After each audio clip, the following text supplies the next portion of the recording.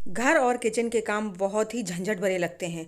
लेकिन अगर वही काम टिप्स और ट्रिक्स के थ्रू किए जाएं तो जो झंझट भरे काम है वही आसान हो जाते हैं, साथ ही साथ हमारा समय और पैसा दोनों बचता है। Hello everyone, welcome back to my channel. आज मैं फिर हाजिर हुई हूँ आपके लिए बहुत ही यूज़फुल किचन टिप्स लेकर। तो बिना देरी करते हुए आज की टिप शुरू कर लेते हैं। तो जो मेरी पहली टिप है वो है पपीते को लेकर। हम लोग पपीते भरपूर खाते हैं और खाने भी चाहिए, ये पेट के लिए बहुत ही ज़्यादा अच्छे होते हैं। आजकल तो बच्चों में भी ये चीज़ प्रॉब्लम बहुत ज़्यादा हो गई है, मोशन की। लेकिन अगर आपके मोशन वगैरह में किसी तरह की दिक्कत है ना, तो आपको डेली पपीता खाना चाहिए।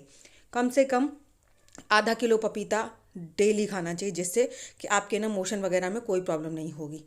तो मैं यहाँ पर पपीते को लेकर नहीं, मैं आपसे बात करने वाली हूँ पपीते के छिलके को।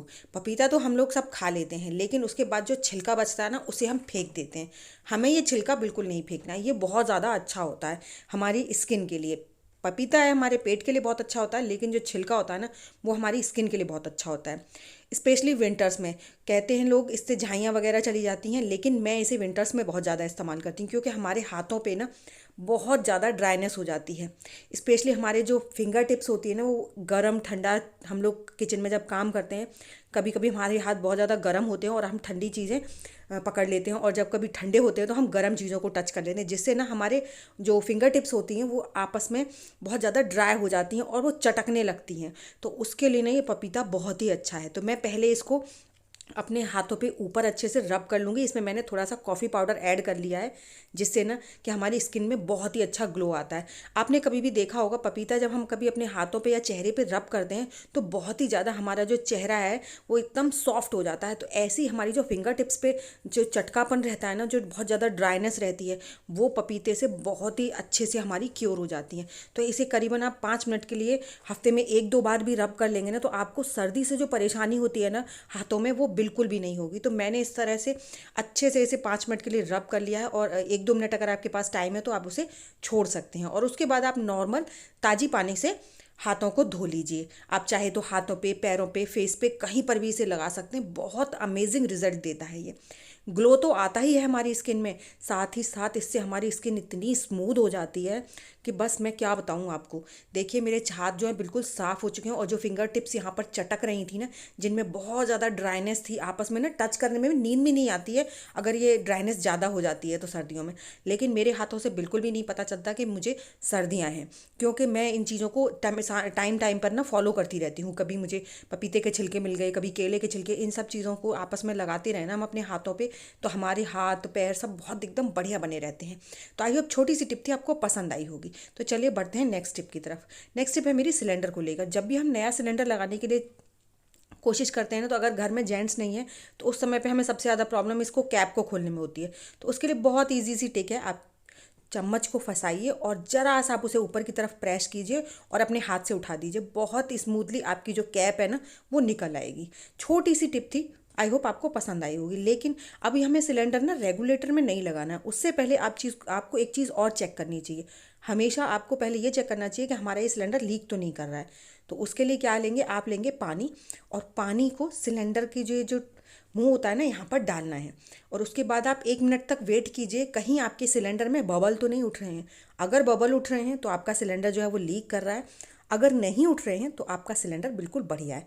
आप अच्छे से हाथ से इसको पानी को हटा हटा कर बार बार चेक कर लीजिए कि कहीं बबल तो नहीं है। तो मेरे सिलेंडर में बिल्कुल भी बबल्स नहीं उठ रहे थे, इसका मतलब मेरा सिलेंडर बिल्कुल भी लीक नहीं कर रहा है।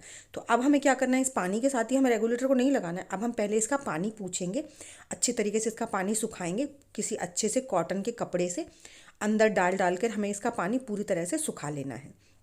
उसके बाद ही हम इसका रेगुलेटर लगाएंगे। तो ये छोटी छोटी टिप्स ने हमेशा हमें घर में ध्यान रखना चाहिए, स्पेशली हम हाउसवाइफ को, क्योंकि हम लोग पूरे टाइम घर में रहते हैं, तो हमें पता होना चाहिए क्या चीज़ हमारे लिए सही है और क्या गलत है। तो पहले मैंने इसका पानी अच्छे से सुखा लिया है, उसके बाद हम इसमें रेगुलेटर फिट कर सकते हैं। अब हमारा ये सिलेंडर बिल्कुल सही है हमारी नज़र में, कि अब हमने इसके सारे रूल्स फॉलो कर लिए। ये ना सिलेंडर को लगाने से पहले ये चीज़ें ध्यान रखनी चाहिए हमेशा। तो अब मैं सिलेंडर को रेगुलेटर में फिट कर सकती हूँ। मेरा जो सिलेंडर है एकदम बढ़िया है, ना लीक कर रहा है, और जो कैप थी वो भी मैंने बहुत ईजिली लगा दी है। और हमेशा ना जब भी आपका काम ख़त्म हो जाए तो सिलेंडर पे रेगुलेटर पे से ना सिलेंडर को हमेशा ऑफ कर देना चाहिए। स्पेशली रात में जब भी आप किचन से बाहर जाएं तो लास्ट टाइम पे आपको रेगुलेटर हमेशा ऑफ करके जाना चाहिए। तो आई होप छोटी छोटी टिप्स थी, आपको पसंद आएंगी। तो इसी के साथ बढ़ते हैं नेक्स्ट टिप की तरफ। जो नेक्स्ट टिप है वो भी मेरी सिलेंडर को लेकर है। कई बार ना हम ज़मीन पे सिलेंडर रखते हैं तो हमारे सिलेंडर के ना बहुत ज़्यादा दाग सिलेंडर के ज़मीन पे बन जाते हैं। तो उसके लिए हमें क्या करना चाहिए, मेरे सिलेंडर के दूसरी जगह पर मेरा सिलेंडर रखा हुआ था, वहाँ पर बहुत गंदे गंदे दाग बन गए। तो मैं आज उनको साफ़ करूँगी, आप लोगों के साथ शेयर करूँगी। तो उससे पहले आपको क्या करना चाहिए, अपने सिलेंडर पर ना नीचे थोड़ी पेट्रोलियम जेली, बहुत कम कम, ऐसा नहीं है आपको बहुत ज़्यादा पेट्रोलियम जेली लगानी है। पूरे सिलेंडर के जो नीचे बेस है ना, उसमें आप अच्छे से अपनी जो पेट्रोलियम जेली है इसे अच्छे से लगा दीजिए। इससे क्या होगा कि यहाँ पर ना जंग के, रस्ट के बिल्कुल भी निशान नहीं बनेंगे। तो इस तरह से आपको अपने पूरे सिलेंडर पर इसे लगा देना है। आई होप आपको पसंद आई होगी। तो चलिए इसी के साथ बढ़ते हैं नेक्स्ट टिप की तरफ। तो जी जो मेरी नेक्स्ट टिप है वो है वैसलीन पेट्रोलियम जेली को लेकर। विंटर्स में हम लोग इसका भरपूर इस्तेमाल करते हैं। तो मैं आज इसका एक बहुत ही अमेजिंग आपको इस्तेमाल बताने वाली हूँ। तो हमने यहाँ पर लिया थोड़ी सी कॉटन, और कॉटन को ना अच्छे से हम जो पेट्रोलियम जेली है इसमें अच्छे से हम इसे मल लेंगे। इसमें मतलब हमें एक कोटिंग लगा लेनी है कॉटन में पेट्रोलियम जेली की। तो जब हमारी ये अच्छी तरीके से लग जाएगी उसके बाद हम लेंगे एक मिट्टी का दीपक, और मिट्टी के दीपक में हम इस कॉटन को अच्छे से रख देंगे। अगर हमें थोड़ी बहुत पेट्रोलियम जेली कम लग रही है तो हम थोड़ी थोड़ी और लगा लेंगे। इसमें हमें अच्छे से कॉटन में लगा लेनी है। हम ना इसका एक बहुत ही अमेजिंग इस्तेमाल करने वाले हैं। आजकल ना छोटे छोटे बच्चे होते हैं घर में, और कॉकरोच, मच्छर, मक्खी का बहुत ज़्यादा डर रहता है, जो छोटे बच्चे होते हैं स्पेशली। तो उनके लिए ना हम ऑल आउट वगैरह या फिर जो काला हिट वगैरह होती है उसका इस्तेमाल नहीं कर सकते हैं। तो उनके लिए ये छोटी सी टिप है। आप यहाँ पर तेज पत्ता रख दीजिए 2-3, और इस तरह से कॉटन में थोड़ी सी जली लगाकर इसे अच्छे से जला लीजिए। ये काम आपको बच्चों से दूर रह के करना है। बच्चों के पास आप इसे बाद में लेकर जाएंगे। जब ये अच्छे से जल जाएगा ना, उसके बाद इसमें से जो धुआं निकलने लगेगा, उस धुएं को आपको उनके रूम में घुमा देना है, जिससे आपके घर में छोटे मोटे जो मच्छर मक्खी वगैरह होंगे ना, तो वो सारे इंसेक्ट बाहर भाग जाएंगे। स्पेशली आपको ये काम रात को या शाम को ज़रूर करना है। जैसे कर्टन वगैरह होते हैं या फिर आपके बेड वगैरह के नीचे इस स्मोक को आप एक बार घुमा देंगे ना, तो इसमें से बहुत ही अच्छी खुशबू आती है। पेट्रोलियम जेली का लगाने का मतलब ये है कि ये ना, इसमें से एक अजीब सी स्मेल आती है, जो स्मेल ना हमें तो अच्छी लगती है लेकिन जो मच्छर वगैरह होते हैं उनको बिल्कुल भी पसंद नहीं है। और तेज पत्ते के बारे में तो सबको पता है, इसका जो धुआं है बहुत ही अच्छी खुशबू देता है, एकदम फ्रेशनेस आ जाती है घर में, और ये मच्छर मक्खियों को भी बाहर भगा देता है। तो इस तरह से मैंने यहाँ पर 4-5 तेज पत्ते खूब सारे जला लिए थे, जिससे मेरे घर में खूब अच्छे से धुआं हो जाए। तो मैं इस काम को ना अपने आंगन वाले एरिया में करती हूँ, जहाँ पर थोड़ा सा धुआं जो है पूरे में राउंड हो सके। तो मैंने ये काम आंगन में कर रही थी, जिससे कि ये थोड़े थोड़े पूरे घर में धुआं होता रहे, जिससे कि हमें ना बार बार ये चीज़ ना करनी पड़े। तो मैं इस चीज़ को डेली शाम को कर लेती हूँ। इससे ना बहुत अच्छी खुशबू आती है आपके घर में। तो इस तरह से मैंने इसमें खूब सारे तेज पत्ते वगैरह जला लिए हैं। अब इस धुएं को ना हम पूरे घर में घुमा देंगे, और जहाँ पर हमें लगता है जैसे खिड़की है, दरवाज़ा है, उसके पास हम इसे रख देंगे लास्ट में लाकर। तो आई होप आपको मेरी ये छोटी सी टिप थी पसंद आई होगी। तो चलिए बढ़ते हैं नेक्स्ट टिप की तरफ। तो जी जो मेरी नेक्स्ट टिप है वो है सिलेंडर के जो निशान बन जाते हैं जंग के, उनको लेकर। मैंने आप लोगों को पहले भी बताया था कि मेरे एक जगह पे जहाँ सिलेंडर रखा रहता था कंपलसरी काफ़ी टाइम से, तो वहाँ पर बहुत गंदे निशान बन गए। तो आज मैं इन निशानों को बहुत अच्छे से क्लियर करूँगी, और बहुत ही ईजी टिप है जिसको हम साफ़ करेंगे। यहाँ पर हम पहले लेंगे बेकिंग सोडा। बेकिंग सोडा जो होता है ना, वो क्लीनिंग मतलब बहुत अच्छे से करता है, और हम यहाँ पर अच्छे से इस पे पूरे पे बेकिंग सोडा को डाल देंगे। हमें बेकिंग सोडा डालने में बिल्कुल भी कंजूसी नहीं करनी है, क्योंकि ये जो निशान होते हैं ना, ये बहुत ज़्यादा ज़िद्दी होते हैं, बहुत ज़्यादा मुश्किल से छूटते हैं। कई लोग हार्पिक वगैरह से साफ़ करते हैं, लेकिन हार्पिक से ना हाथ वाथ कटने का बहुत ज़्यादा डर रहता है। तो मैं सर्दियों में इस चीज़ को थोड़ा कम करती हूँ जितना हो सकता है। तो इसमें मैंने खूब अच्छे से बेकिंग जो सोडा था वो डाल दिया है। अब हमें इसको ना पानी से गीला नहीं करना है बिल्कुल भी। हम क्या करेंगे, बेकिंग सोडा डालने के बाद हम लेंगे 1 से 2 नींबू। अगर आपको ज़्यादा लगता है तो कोई परेशानी नहीं, ज़्यादा भी डाल सकते हैं। नींबू का जो रस होता है ना, वो बहुत अच्छे से इसको एक्टिवेट कर देगा हमारा जो बेकिंग सोडा है। तो यहाँ पर मैंने नींबू ले लिया है। अब इस नींबू को हम काट कर इस पर अच्छे से हम नींबू का रस डाल देंगे।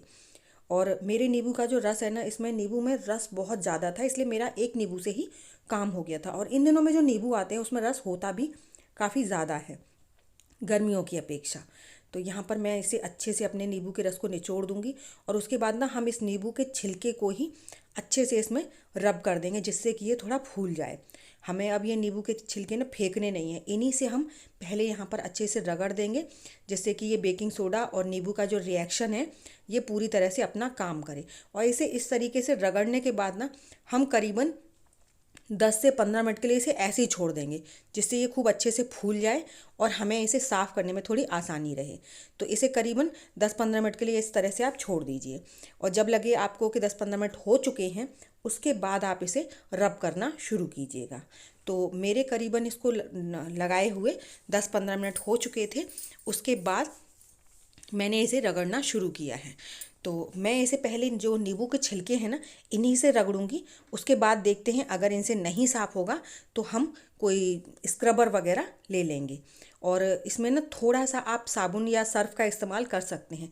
तो मुझे इस चीज़ को साफ़ करने के लिए ना सबसे बेस्ट लगता है जो बर्तन मांजने वाला साबुन होता है ना, वो इस चीज़ को साफ़ करने के लिए बहुत अच्छा रहता है, क्योंकि उसमें नींबू वगैरह की मात्रा ज़्यादा होती है। तो मैं यहाँ पर थोड़ा सा विम का इस्तेमाल भी करूँगी इसे साफ़ करने के लिए।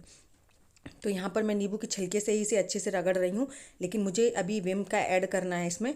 तो मैं इसे थोड़ा सा, इसमें जो विम है हमारा बर्तन साफ़ करने वाला, उसमें से थोड़ा सा निकाल लूँगी मैं, जो साइडों से गला हुआ होता है। अगर आपके पास विम लिक्विड है ना, तो आप उसका भी इस्तेमाल कर सकते हैं। उसे मैं अपने नींबू के छिलके पर लगाकर और इसे अच्छे से रब कर दूँगी।